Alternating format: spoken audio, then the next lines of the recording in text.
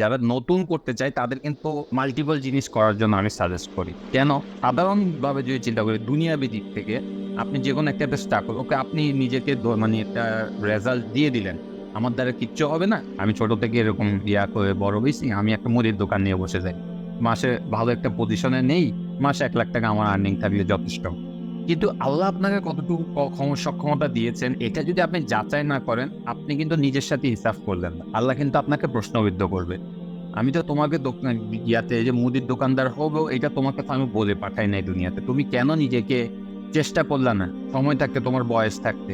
তোমাকে ২৫ বছর বয়সে গিয়ে সেটেল হইতে বলছে। তুমি ৩৫ এ গিয়ে সেটেল হও।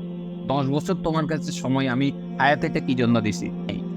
ইসলামিক সাইকোলজি কেন দুনিয়াবি সাইকোলজিতে অপোজিট? কেন আমরা আরাম প্রিয় না? আল্লাহ আমাদেরকে দুনিয়াতে টেস্টের জন্য পাঠাইছে আর আমরা কেন আরাম খুঁজবো? এটা আমাদের একটা কনফ্লিক্ট আছে।